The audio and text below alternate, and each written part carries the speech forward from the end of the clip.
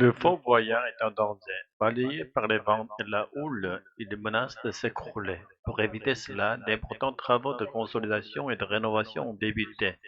Un chantier hors norme qui devrait durer jusqu'en 2028. Fort Boyard n'a jamais connu une telle épreuve. Au pied du vaisseau de pierre, depuis quelques jours, un chantier titanesque vient de commencer. Avec l'assaut des vagues et des tempêtes, le monument ne va pas fort et s'est fragilisé. D'impressionnantes fissures sont apparues au fil des années. Première étape, enlever les pierres et rochers au pied de l'édifice. Un travail extrêmement minutieux. On travaille totalement sous l'eau.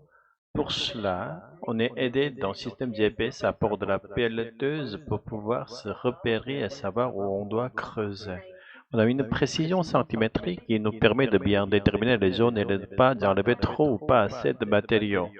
Développons des conducteurs de l'engin. Un chantier à 44 millions d'euros. L'objectif est de reconstruire comme à l'origine un éperon à l'avant pour briser les vagues et à l'arrière un havre d'accostage pour accueillir les bateaux. Un chantier à 44 millions d'euros.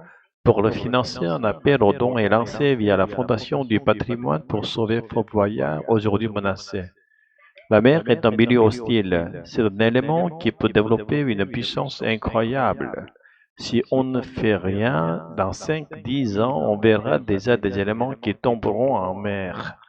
Vraiment aider le Fort Boyard dans sa restauration, c'est un geste historique, déclare Sylvie Marcelli, présidente du département de Charente-Maritime. L'histoire du fort a connu quelques remous. À peine sa construction achevée au XIXe siècle, il ne servira de prison que quelques années avant d'être abandonné. Il faudra attendre les années 90 pour que l'émission voie le jour et sauve le monument. Le programme, diffusé dans plus de 70 ans, est un succès. Fort Boyard accède à la notoriété. Une star des vacances, la sauvegarde de l'ouvrage est donc déterminante pour le patrimoine et l'économie locale. Ici, tout presque est Fort Boyard. Il suffit de pousser la porte de cette boutique de souvenirs pour le comprendre.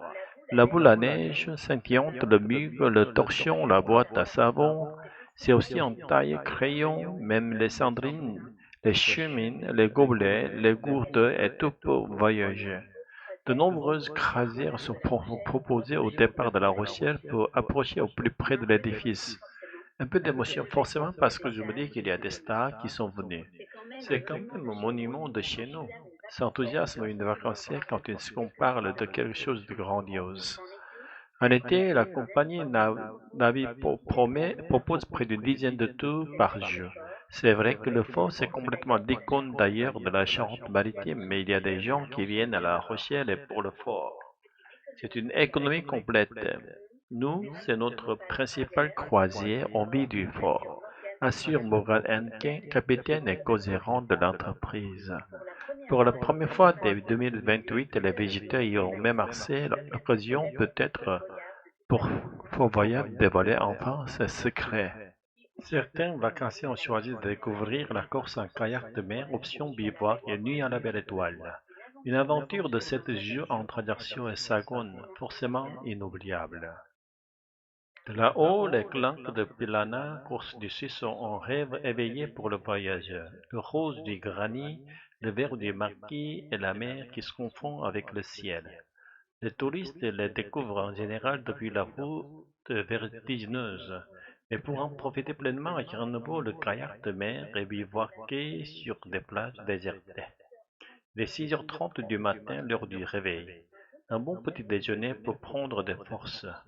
Ces 10 touristes plutôt sportifs ne se connaissent pas avant.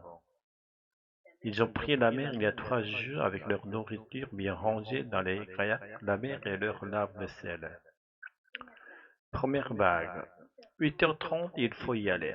Pour cette journée, des vagues d'1,50 m sont prévues. Ça vaut beaucoup tanguer. Mieux vaut écouter les consignes de sécurité du moniteur. Surtout, s'il y a une vague qui arrive, c'est là où je viens mettre un gros coup de paquet bien fort pour percuter la vague. Prévient Guillaume de Ferviel, moniteur UCPA course aventure. Il faut à tout prix réussir à passer les premiers rouleaux.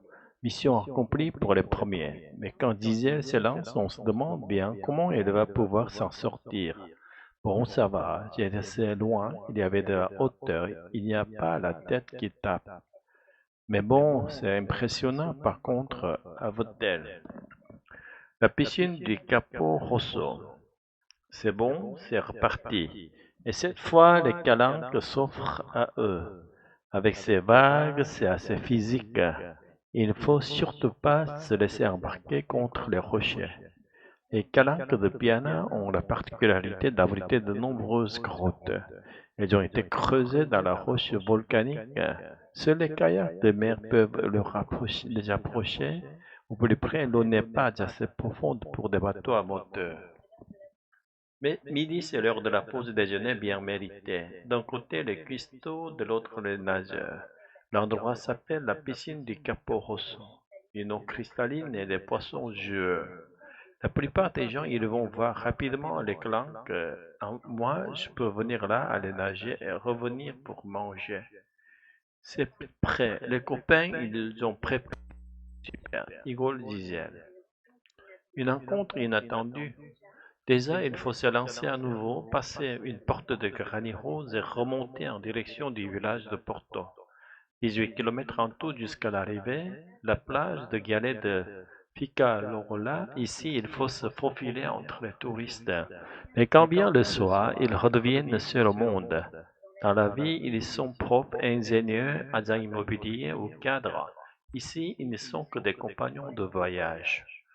C'est une rencontre collective et après, c'est aussi, je pense, être en contact avec les éléments et ce sentiment de liberté qu'on recherche tous en faisant de l'itinérance pendant une semaine.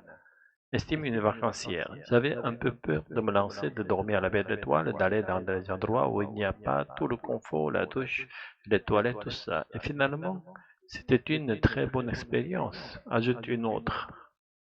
Demain, si tout va bien, la mer sera plus douce et accueillante. C'est tout le charme de ce voyage. Vivre au rythme des éléments.